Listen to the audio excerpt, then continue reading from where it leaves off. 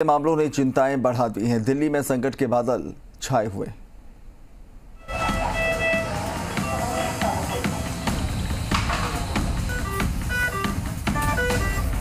यह अफ्रीकी देश सेनेगल का डाकर शहर है। कोरोना की चपेट में इस कदर आया कि अस्पतालों में मरीजों के लिए जगह नहीं बची है।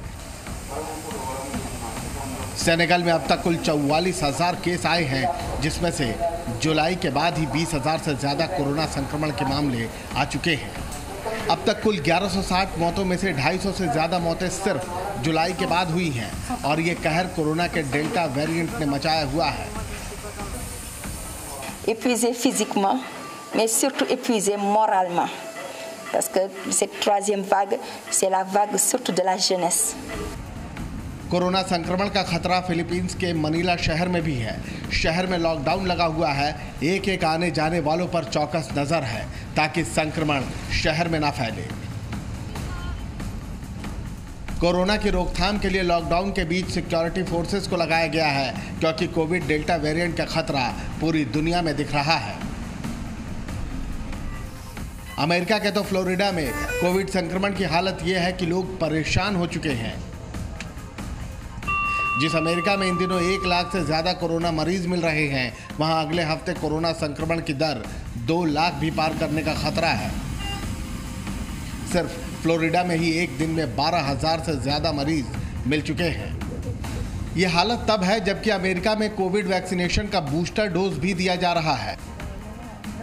दुनिया के दूसरे देशों में कोरोना के डेल्टा वेरिएंट की तेज रफ्तार को देखते हुए भारत के केरल और महाराष्ट्र के हालात पर भी चिंता जताई जा रही है। इन दोनों राज्यों में भारत के कुल कोरोना मरीजों की आधी से ज्यादा तादाद हो चुकी है। महाराष्ट्र के नासिक जिले में डेल्टा वेरिएंट के 30 मरीज मिलने से चिंता बढ़ी हुई है। ये सभी मरीज नासिक जिले के ग्रामीण इलाकों में मिले हैं, जिसके बाद नासिक के ग्रामीण इलाकों में एक बार फिर सख्त पाबंदियां लगाई जा सकती हैं। कोरोना अब भी देश के सामने बड़ी चुनौती बनकर खड़ा है और इसी खतरे को देखते हुए दिल्ली सरकार भी कोरोना संक्रमण रोकने और तैयारियों पर खास जोर दे रही है। दिल्ली सरकार नेक्स्ट वेव की पूरी तरह से तैयारी कर रही है और मैंने जैसे कि कल भी बताया था, हम 37,000 बेड्स की तैयारी कर रहे हैं इस बारी कि 37,000 बेड्स को हम तैयार रखेंगे। दूसरा, हमने ग्रेडेड रेस्पॉन्स सिस्टम बनाया है जो कि पब्लिक डोमेन में हमने रख दिया है कि 0.5% जब पॉजिटिविटी पहुंचेगी तब से ही हम रेस्ट्रिक्शंस लगाने स्टार्ट कर देंगे।